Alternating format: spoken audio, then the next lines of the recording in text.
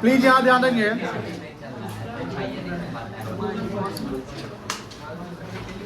Principle of management, आप अगर 12th के बाद बीबीए करते हो, क्या करते हो? तो बीबीए का सेकेंड सेमेस्टर, फर्स्ट सेमेस्टर नहीं, सेकेंड सेमेस्टर में एक पेपर पूरा का पूरा, उस पेपर का नाम है प्रिंसिपल ऑफ मैनेजमेंट। अरे कोई करेगा तो उसके लिए बता रहे, सुनो तो भाई।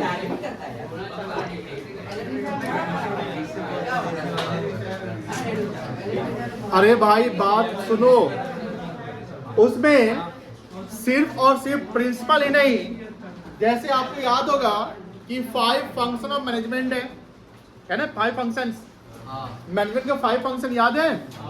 क्या क्या है? Planning, organising, directing and control.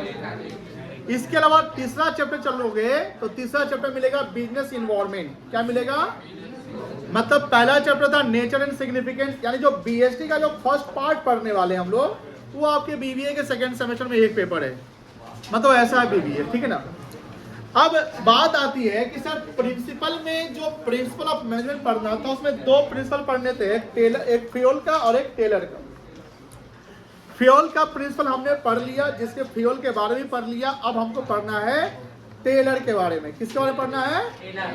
Taylor, FW Taylor. इनका पूरा नाम है फ्रेडरिक विंसलो टेलर। ये एक मैकेनिकल इंजीनियर थे। क्या थे बेटा? Mechanical engineer. और ये बिलोंग किस कंट्री से करते थे? तो यूएस से करते थे। किस कंट्री से करते थे बेटा? यूएस से।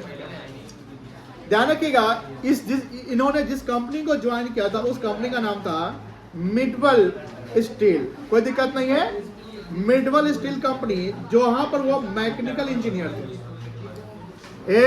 रितिका, तुम फोकस पढ़ाई पे करो। चलो यार ध्यान दीजिएगा, अभी जो हम वर्ड पढ़ रहे हैं उसी में से कीवर्ड हम आपसे पूछेंगे, तो ध्यान रखिएगा। The background and history of FW Taylor, पर ये क्या लिखा हुआ है? FW Taylor was born in 1856। कब बॉर्न किए थे?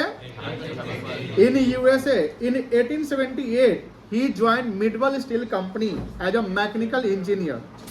Using his engineering background, Taylor set out scientific studies and techniques. ये वर्ड याद रखिएगा, साइंटिफिक स्टडीज एंड टेक्निक्स। यानी अगर पूछा जाए कि साइंटिफिक मैनेजमेंट का डेवलपमेंट किसने किया, साइंटिफिक मैनेजमेंट के फादर किसको कहते हैं? तो FW टेलर को कहते हैं। किसको कहते हैं? एक management as studies and thoughts है, तो management as studies and thoughts जो है उसके फादर कहलाते हैं फ्योल। कौन कहलाते हैं? फ्योल। लेकिन साइंटिफिक मैनेजमेंट एंड टेक्निक्स के जो फादर वो कौन कहलाएंगे? टेलर। कौन कहलाएंगे बेटा? टेलर। यानी इनका जो कहना था कि कोई भी काम जो हम करते हैं, उस काम का मेजरमेंट या उस काम पे जो डिसीजन या जजमेंट लेना है, उसको हम साइंटिफिकली मेजर करेंगे। साइंटिफिकली का मतलब कि सर कहीं ना कहीं ऑब्जर्वेशन करेंगे, एक्सपेरिमेंट करेंगे, कोई जो रिजल्ट आएगा उसके बेसिस पे हम अपना प्रिंसिपल बनाएंगे। जैसे आप सुनते होंगे कि जैसे लेबर जब काम करता है, तो जनरली जो आजकल समाज में जो लेबर का पेमेंट होता है वो डेली वाइज होता है। Daily wise in the sense कि मान लो कि उसको 9 बजे से काम करने हैं, शाम के 5 बजे उसको छुट्टी लेने हैं, दिन भर का उसको 500 रुपया मान लो देना है। यानी 9 बजे से लेकर 5 बजे तक में उसको 500 रुपये चाहिए। उसमें एक कंडीशन है कि उसको आधे घंटे का मान लो ब्रेक चाहिए, लंच के लिए ब्रेक चाहिए। इसका मतलब समझिए, अच्छा मान लो तो 1 घंटा का ब्रेक चाहिए, तो 9 बजे से लेकर 5 बजे तक कितना नंबर ऑफ आवर्स हो गया? 8 घंटा। बोलो हाँ या ना? 8 घंटा हो गया। 8 घंटा में 1 घंटा ब्रेक मान लो, तो मुझे भाई बोलिए कितने घंटे का वो काम करना है उसको? तो अब देखो ध्यान से, अगर हम बोले कि वर्किंग आवर्स, प्लीज ध्यान सुनिएगा प्लीज, वर्किंग आवर्स 7 आवर्स हो गया। वर्किंग आवर्स मतलब जिसको प्रोडक्टिव आवर कह सकते हैं, जिसमें काम करना है उसको 7 घंटा। लेकिन पेमेंट आवर्स बनेगा 8 घंटे का। कितने घंटे का? अब सपोज करें कि उससे 7 घंटा काम करवाना है। कंडीशन है कि वर्कर को 9 बजे आना है, 5 बजे जाना है। अब बताइए 7 घंटा में मेरे पास अगर 100 वर्कर है, 100 वर्कर 7 घंटा में एवरेज सब बराबर काम करेगा? किसी कोई एफिशिएंटली ज्यादा काम कर सकता है, कोई इनएफिशिएंटली। वर्ड पे याद रखिएगा, एफिशिएंट और इनएफिशिएंट, क्योंकि टेलर इसी दोनों वर्ड पे बहुत ही ज्यादा फोकस किए थे। एफिशिएंटली का मतलब है कि जो टारगेट है उसको टारगेट को आपने टाइमली अचीव कर दिया, और इनएफिशिएंट का मतलब क्या हुआ? जिस टारगेट को आपने टाइमली अचीव नहीं किया, डिले कर दिया, या जितने नंबर ऑफ यूनिट्स बनाने हैं उससे आपने कम बनाया, तो उसको इनएफिशिएंट कहेंगे। लेकिन अगर हम पेमेंट जो सिस्टम रखे हुए हैं वो डेली का रखे हुए हैं, अब मान लो कि एक्स बना रहा है 10 यूनिट डेली का, वाई बना रहा है 9 यूनिट डेली का, जेड बना रहा है 12 यूनिट डेली का, और तीनों को डेली बेसिस पे 500-500 रुपया दे रहे हैं। तो जेड बोलेगा हम 12 बनाते तो ही 500, एक्स बोलेगा 10 बनाए तो 500, और जो वाई बोलता है 9 बनाए तो ही 500 मिल रहा है, कल से 9 बनाएंगे। बताइए यहां डिस्क्रिमिनेशन ऑफ पेमेंट हो रहा है। डेली बेसिस पे तीनों 9 बजे आया, 5 बजे गया, लेकिन जब काम की बात होती है तो कोई एफिशिएंटली 12 प्रोडक्ट बना दिया, लेकिन 12 प्रोडक्ट बहुत अच्छे से बनाया, जो 9 बनाया वो भी अच्छे से बनाया, बट कितना बनाया? 9 बनाया। अब 9 पे भी हम 500 दे रहे हैं, बोलो हाँ है ना? 10 पे भी 500 दे रहे हैं, और 12 पे भी कितना दे रहे हैं? 500। बताओ इस तीनों में अगर हम एफिशिएंट वर्कर की बात करें तो कौन एफिशिएंट कहलाएगा? 12 वाला। अगर हमने स्टैंडर्ड टारगेट रखा है 10 का, कि 10 बनाना है, तो 10 बनाना है, 10 का हम 500 देंगे। ध्यान सुनिएगा, 10 का कितना देंगे? 500। तो 1 यूनिट का कितना बनेगा? 1 का 50 रुपए यूनिट पड़ेगा ना, कि अगर आप 50 1 यूनिट बनाओगे तो 50, 10 बनाओगे तो 500। अब बताइए अगर कोई 12 बनाए तो उसको कितना मिलना चाहिए? 600। बोलो हाँ ना? जो 9 बनाया उसको कितना मिलना चाहिए? अब डेली सिस्टम पे 500 जाता, लेकिन जब हम यूनिट सिस्टम पे आ जाए, जिसको पीस रेट सिस्टम कहते हैं, क्या कहते हैं? Piece rate. पीस मतलब जो यूनिट हो गए, पीस पे जब आए तो किसी को 600 मिल रहा है, किसी को 500, किसी को 450। बोलो हाँ ना? लेकिन कंपनी ने स्टैंडर्ड सेटअप किया 10 यूनिट बनाने का। कितना सेटअप किया? अब अगर 10 से कम बनाए तो हम आपको इनएफिशिएंट घोषित कर देंगे। क्या घोषित कर देंगे? कि यू आर इनएफिशिएंट वर्कर। जो 10 बनाया, हमके 10 टारगेट था, आपने 10 बना लिया, यू आर एफिशिएंट वर्कर। जो 12 बनाया वो भी एफिशिएंट है, लेकिन 12 वाले को बोनस की बातें हो जाएगी कि भैया आप ज्यादा बना रहे, आपको हम बोनस दे देंगे। लेकिन टेलर इतना सख्त था लेबर के प्रति, वो कहता था कि अगर आप इनएफिशिएंट हो गए तो हम आपको पेनलाइज कर देंगे। क्या करेंगे? पेनलाइज। पेनलाइज का मतलब पेनाल्टी लगा देंगे। पेनाल्टी का मतलब होता है कि 50 रुपया जो हमने सेट किया है 1 यूनिट का, वो नॉर्मल रेट है। ध्यान सुनिएगा, अगर तुम एफिशिएंटली काम नहीं किया तो तुम कहलाएगा इनएफिशिएंट। वहां पर हम नॉर्मल 50 रुपया नहीं देंगे, उसमें भी काट लेंगे। सर ये क्या है? काट लेंगे मतलब तुम्हारा 20% काट लेंगे, पेनाल्टी लगा देंगे। ऐसा प्रैक्टिकली सिस्टम फॉलो किया जाता है। सर इसे क्या होगा? इसे एक डर का भावना आ जाएगा वाई के बीच में कि कम बनाएंगे तो बॉस पैसा काट लेंगे, कम बनाएंगे तो बॉस। अब बताइए जब आपके अंदर में ये डर रहेगा तो आप ज्यादा मेहनत करोगे कि नहीं करोगे? जो 12 बना रहा है या 10 बना रहा है वो भी क्या सोचेगा? नहीं कल हम 12 बनाएंगे। जो 12 वाला होगा, नहीं कल हम 13 बनाएंगे, 9 नहीं हम 8:30 बजे चल जाएंगे। बात समझ में आ रही है? अब बताइए मैनेजमेंट में अगर हमने साइंटिफिक डिसीजन लगाया, डेली वेज को हटाकर पीस रेट लगा दिया, बताइए किसको फायदा किसको नुकसान है? पीस रेट में और डेली वेज में बताइए कंपनी के लिए फायदा कि नुकसान है? Daily veg daily veg company को फायदा कैसे है? देखिए डेली वेज कंपनी को नुकसान होगा। जो 12 बना रहा है ना, कल से वो भी 10 पे आ जाएगा, कहेगा हम 12 बना तो 500 मिलता है, हम 9 बनाएंगे। बोलिए हाँ या ना? क्योंकि उसको तो 500 लेना ही है, उसको तो 500 लेना ही है। जो 9 बना रहा बोलता है कि हम तो 9 बनाएंगे, बतियाएगा, खैनी खाएगा, बनाएगा 9 को, है कि नहीं है? बात सही गलत है? लेकिन कंपनी देखो तो डेली वेज में जनरली वर्कर को फायदा हो जाता है, क्योंकि भैया जाना है आना है, पैसा कमा के आना है ना, 500 रुपया दिन भर का उठा के 500 डालना है। लेकिन पीस रेट में ध्यान सुनिएगा बेटा, पीस रेट में एफिशिएंट वर्कर को फायदा है और मैनेजमेंट को भी फायदा है। इनएफिशिएंट को नुकसान है, लेकिन इनएफिशिएंट को नुकसान है वहां भी मैनेजमेंट को फायदा ही होगा, बिकॉज हम तो पेमेंट का काम करेंगे। दूसरी बात कि जब सुपरविजन की बात होगी तो डेली बेस पे जो daily worker daily base payment करते हैं तो दिन भर वर्कर को देखते रहना है, बैठा हुआ है, काम करो ना, पैसा तो फ्री का देते हैं क्या, ऐसा होगा नहीं होगा। लेकिन जब पीस रेट लगा दिए तो बैठ काम कर, पत्नी से बतियाओ ना बतियाओ, कुछ भी करो, तुम्हारा जाएगा तुम रहेगा, है कि नहीं? क्योंकि आपको तो यूनिट बनाने हैं, बात समझ रही ना। तो पीस रेट में वर्कर मोटिवेटेड रहता है। पीस रेट में कौन मोटिवेटेड रहता है? वर्कर। तो टेलर साहब ने पीस रेट सिस्टम के अलावा बहुत सारे साइंटिफिक टेक्निक लगाए। क्या टेक्निक लगाए थे बेटा? Scientific technique. तो ये पूछा जाएगा कि साइंटिफिक स्टडीज एंड टेक्निक्स के फादर किसको कहते हैं, तो क्या बोलोगे आप? रॉस टेलर नहीं, FW टेलर। ठीक है, आगे देखिए। He was primarily concerned about the efficiency। ये वर्ड को देखो ध्यान से, वर्ड को, ये किस पे फोकस किया था? अगर अब बोला क्या सर क्या बोले तो पिटाई कर देंगे तुम लोगों। अभी हम यही चीज को हम बार बार बोल रहे हैं, ध्यान नहीं देते हो, बात समझो। BST इकोनॉमिक्स से ज्यादा टफ पड़ जाएगा।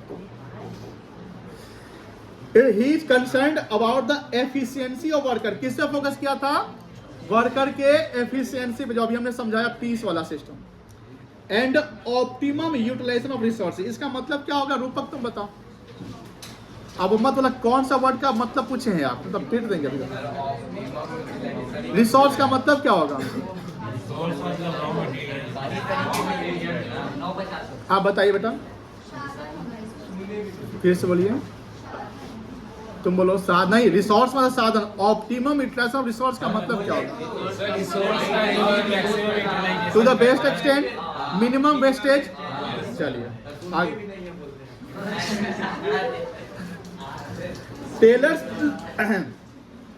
Tailors principle and techniques. Taylor के प्रिंसिपल 4 थे। कितने प्रिंसिपल थे? फ्यूल के प्रिंसिपल कितने थे? 14। Taylor's principle and technique were based on observations he conducted in factories where method of production lack planning and working methods were haphazard। मतलब कि इनका प्रिंसिपल ज्यादा फैक्ट्री पर फोकस था, क्योंकि बताइए कंपनी को ओवरऑल अगर प्रॉफिट होता है तो सबसे ज्यादा योगदान प्रैक्टिकल लेवल पे लोअर वाले का होता है, क्योंकि ग्राउंड लेवल पर अगर आपका प्रोडक्ट का क्वालिटी खराब हो गया और कॉस्ट अगर ज्यादा हो गया तो फिर तो प्रोडक्ट महंगा हो जाएगा, फिर सेलिंग कम हो जाएंगे, फिर प्रॉफिट आपके गिर जाएंगे।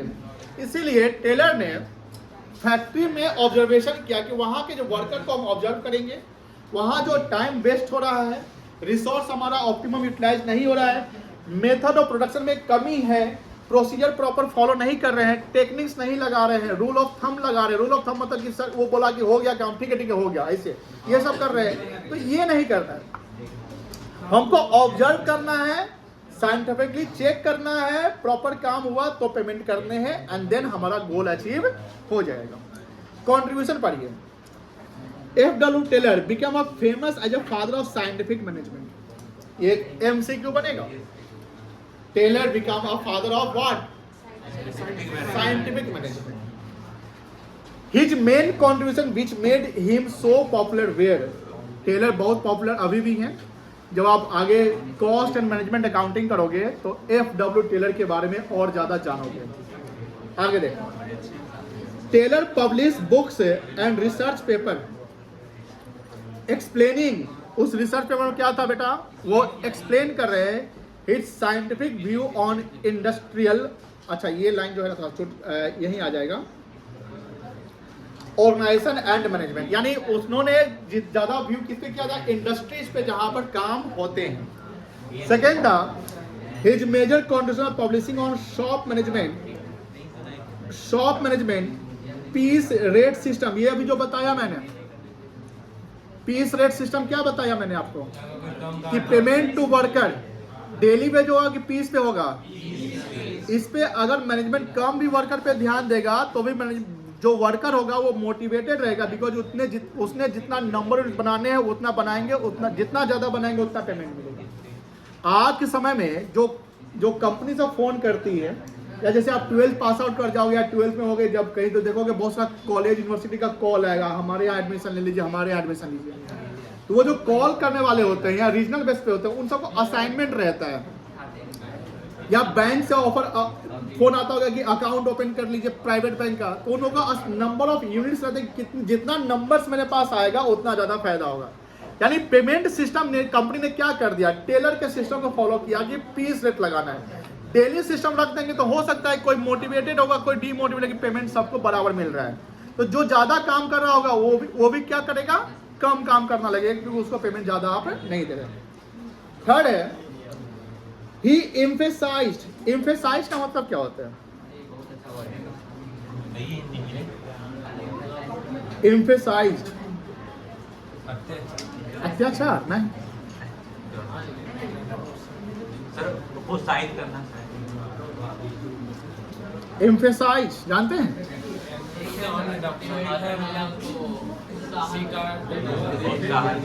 तुम बोलो, कोई बोलेगा? बोलो आकाश, बोलो रूपक, कोई किसी को नहीं पता है? बहुत मतलब ये बहुत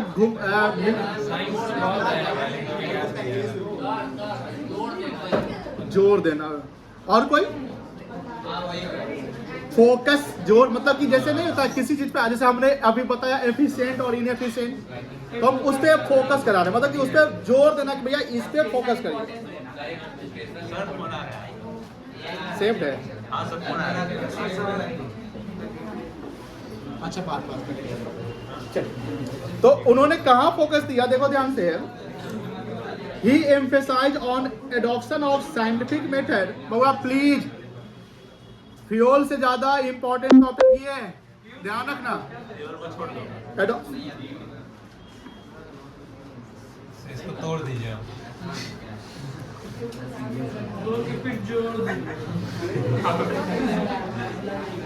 अगर हम बोल रहे हैं कि फ्यूल से ज्यादा इंपॉर्टेंट है, इसका मतलब फ्यूल छोड़ दो, अगर जो बोलेगा उसको हम तोड़ देंगे, समझ गया ना? गधा वो भी इंपॉर्टेंट है, ये भी इंपॉर्टेंट है, गधा सीधा फोकस कर। नहीं वो घड़ी नहीं है, ठीक है, ये तो सब अभी हिलने लगता है बैक और एडॉप्शन ऑफ ये बात प्लीज बात नहीं, एडॉप्शन ऑफ साइंटिफिक मेथड्स, जितना अल्लाह करोगे उतना हम डिले करते चले जाएंगे, शांति से पढ़ लो। Adoption of scientific method to problem of management, इसका मतलब बता सकते हैं थर्ड मेथड क्या था, थर्ड कंट्रीब्यूशन क्या था? मतलब कि उन्होंने ज्यादातर जो मैनेजमेंट के प्रॉब्लम्स थे उस प्रॉब्लम को सॉल्व करने के लिए उन्होंने साइंटिफिक कॉन्सेप्ट्स को अप्लाई किया। मतलब कि साइंटिफिक, जैसे आपने पढ़ा होगा नेचर ऑफ मैनेजमेंट, याद है? हाँ, नेचर ऑफ मैनेजमेंट याद है सबको? सबको याद है ना? इसका बताइए कितने नेचर ऑफ मैनेजमेंट है?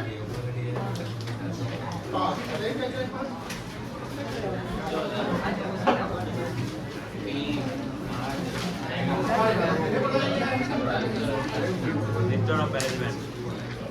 आप बताइए कितने नेचर ऑफ मैनेजमेंट है? 5। कहाँ पर क्या है? हमारे तो 3 पढ़ाए गए। कौन-कौन है? अच्छा समझ गए। 10 कॉपी को क्या बता सकते हो नेचर?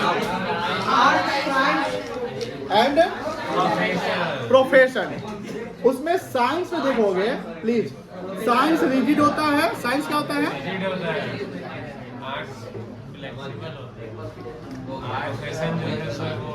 कौन-सी तुम वहां से निकल,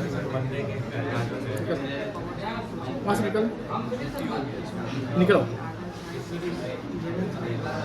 बोल रहे ना निकलो, मतलब देखो अभी आ जाएंगे तो वहां पिट देंगे।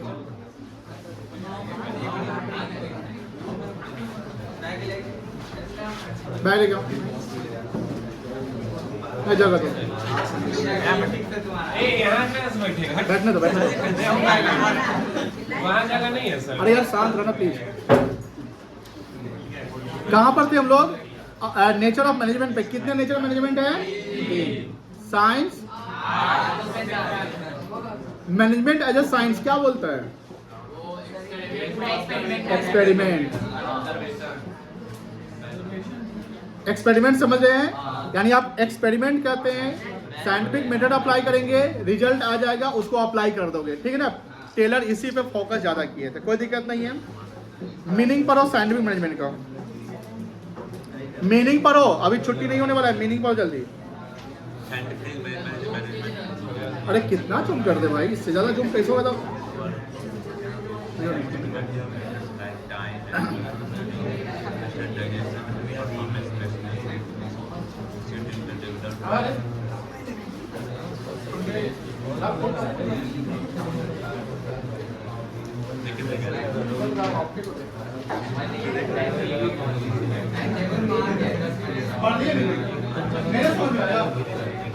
समझ में आया? नहीं आया, सॉरी। कौशिक, तो ना पढ़ाई में गड़बड़ा रहा है, बात समझो। एक भी सवाल का जवाब नहीं देता है। पढ़ाई ना है भैया, सीबीएसई का बोर्ड का एग्जाम देना है, एग्जाम में बैठेगा ना तो वहाँ पे याद आएगा मिन्नी पुसर का बात ही नहीं समझता, वहाँ कोई दोस्त का बात नहीं याद आएगा, सिर्फ टीचर का बात याद आएगा। ए रिशु, तुमको भी बोल रहे हैं। फिर रोने लगेगा। हाँ, आप लोगों को समझ में आई थिंक नहीं आया होगा, किसी को समझ में आया तो हैंड रेज करिए।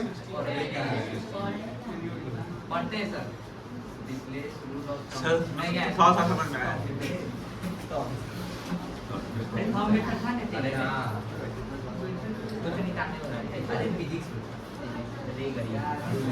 पढ़ लिए? किस किस को समझ में आया? मीनिंग समझ में आ गया। 1 2 3 4, ये सब नहीं आया? चलिए आयुष समझाइए, आयुष समझाओ। हाँ,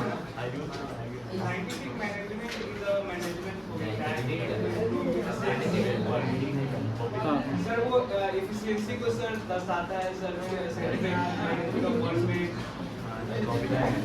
बोलने दीजिए उनको, प्लीज बोलने दीजिए। हाँ, जिसमें सर टाइम को, मोशन स्टडी को, सिंक्रोनाइजेशन को भी जैसे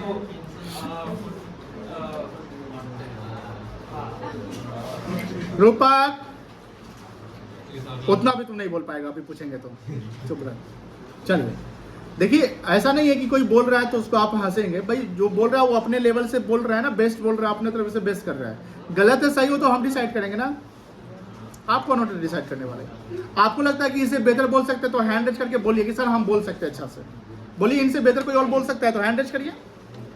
कौन कौन हंसा है? जो हंसा वही बोलेगा। हम नहीं है। और आप हंस रहे हैं तो मतलब आप उससे बेहतर है तभी हंस रहे हैं ना, यही ना मतलब होता है। और आप बेहतर नहीं है या आप नहीं बोल पाते तो डोंट लव, ओके। इससे क्या होता है ना, मोटिवेशन जो बोल रहा है ना उसमें, उसके अंदर में हेजिटेशन टाइप का हो जाता है। ये बात समझिए, आगे आप लोग को भी यही सब झेलना पड़ेगा, फील करना पड़ेगा कि जब मैनेजमेंट में कोई हंस रहा है या कोई स्माइल कर रहा है, आप बोल रहे हैं, किसी पे नजर चला गया वो तो मुस्कुरा रहा है, आपके अंदर कॉन्फिडेंस डाउन हो जाएगा। अरे भाई तो मजाक उड़ा रहा है, ये ध्यान रखिएगा। हाँ बोलिए, अब फिर से बोल रहे हैं। हाँ, बताता है कि कैसे इम्प्रूव करेंगे हम लोग एफिशिएंसी को वर्क में, और by the process of systematic method, जिसमें टाइम आता है, मोशन स्टडी आता है, सेंट्रलाइजेशन आता है और परफॉर्मेंस बेस्ड इंसेंटिव आता है। और ये डेवलप किया गया था एफडब्ल्यू टेलर के द्वारा, जो कि फोकस करते हैं एनालाइजिंग। चलिए आप पहले से बेहतर बोले हैं आप। देखिए टेलर साहब जो थे, हमने बोला कि साइंस से फोकस किए थे। प्लीज ध्यान सुनिएगा बेटा, काफी इंपॉर्टेंट है ये, बीएसटी बहुत इंपॉर्टेंट है। तो टेलर साहब ने ज्यादा फोकस किया था एफिशिएंसी पे। किससे फोकस किया था? अब देखो, एफिशिएंसी का मतलब कि सिर्फ अगर एफिशिएंटली काम करना है ना, यही ना मतलब, लेकिन उस एफिशिएंसी को आप कैसे इंप्रूव कर सकते हैं? अगर आप मेथड सही रखे हुए तो बोलो हाँ है ना, अपने प्रोडक्ट के क्वालिटी स्टैंडर्ड को आप मेंटेन कर रहे हैं तो, आप प्रोसेस सही लगा रहे हो तो, जो आपका स्पीड, गति समझते ना, जैसे आप देखे होंगे कि मैनेजमेंट में वेरियस डिपार्टमेंट होते हैं। डिपार्टमेंट का हम बंटवारा, डिपार्टमेंट किसके बेसिस से बनता है? फंक्शन के बेसिस से बनता है। अगर सामान बनाना है तो प्रोडक्शन डिपार्टमेंट, सेल्स करना है तो सेल्स डिपार्टमेंट, अकाउंटिंग करना है तो अकाउंट्स डिपार्टमेंट, फंड का अरेंजमेंट करना है तो फाइनेंस डिपार्टमेंट। बात समझा नहीं ना? इस सब डिपार्टमेंट के बीच में कोऑर्डिनेशन होना चाहिए। क्या होना चाहिए? Coordination is the essence of management. बोलो हाँ या ना। अब बात होती है कि सबके बीच में एक रिदम, रिदम मतलब होता है लय, रिदम मतलब क्या होता है, और कोऑर्डिनेशन मतलब होता है तालमेल। ये सब प्रॉपर होना चाहिए कि सर हमारे बीच की स्पीड, जो डिपार्टमेंट में जो स्पीड, जैसे मोशन समझते हैं ना, मोशन स्टडी कहता है स्पीड की स्टडी। फिर प्रोडक्ट बनाने का टाइम, कितना टाइम अलाउ होना चाहिए, उस प्रोडक्ट बनाने के कितने कॉस्ट आने चाहिए, वो सब साइंटिफिकली हमने मेजर करना है। और ये सब अगर हम प्रॉपर फॉलो कर रहे हैं तो ऑब्वियस बात है कि एफिशिएंसी मेरा क्या हो जाएगा, इंप्रूव होगा।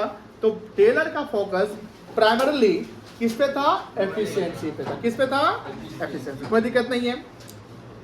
ये 4 प्रिंसिपल हम अभी थोड़ा सा पॉइंट पढ़ा देते हैं, जिसको पढ़ के आइएगा, याद करके आइएगा। इसको डिस्कस हम लोग करेंगे लेटर क्लास में, अभी बैग कोई नहीं छुएगा।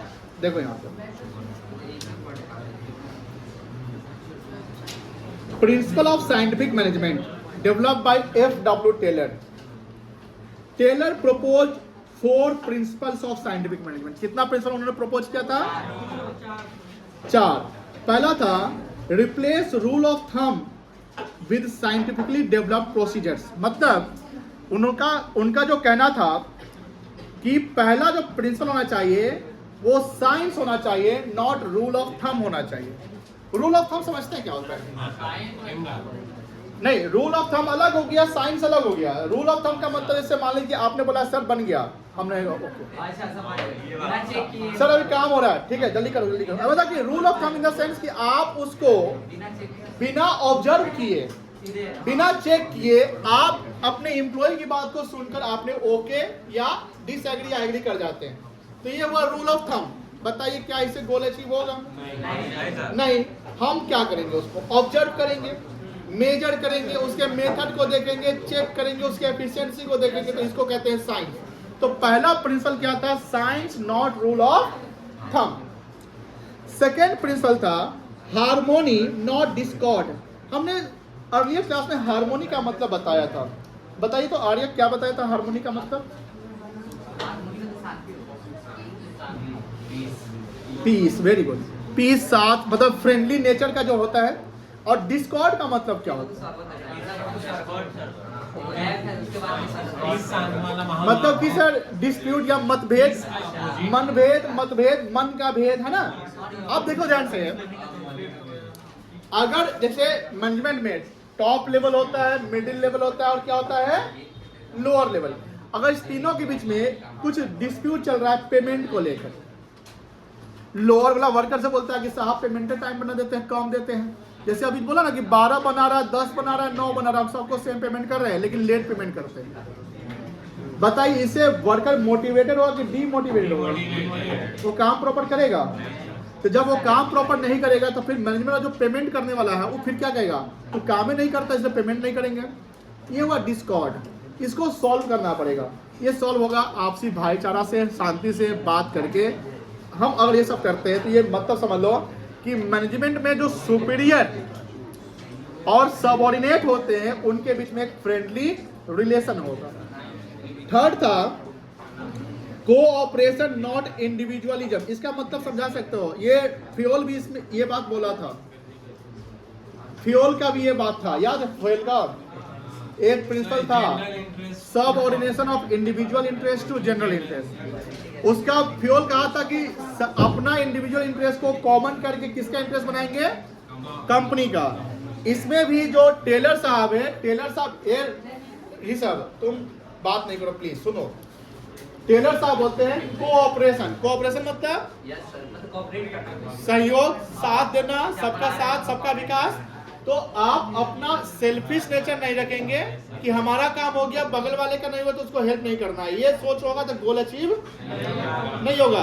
आप अपने कलीग का, जो ऑफिस में जो साथी हो तो उसको क्या बोलते हैं, कलीग बोलते हैं। तो कलीग को आप कोऑपरेट करेंगे, इंडिविजुअल फोकस नहीं करेंगे, कोई दिक्कत नहीं। एंड फोर्थ था कि sir development of worker to the greatest efficiency and, इसका मतलब जो वर्कर एफिशिएंटली काम कर रहा है हमने उसको डेवलपमेंट यानी उसको प्रमोट कर रहे हैं, उसको पेमेंट ज्यादा कर रहे हैं। तो जो इनएफिशिएंट काम कर रहा होगा उसको क्या उसको क्या मोटिवेशन मिलेगा, कि कल से हमको भी एफिशिएंटली काम करना पड़ेगा, इसमें हमको पेनाल्टी नहीं लगेगा। ये 4 प्रिंसिपल थे, इसको पढ़ के आना है और आगे हम लोग कल तो इकोनॉमिक्स है ना, कल डिस्कस करेंगे। अभी माइक्रो वाले रुक जाएंगे।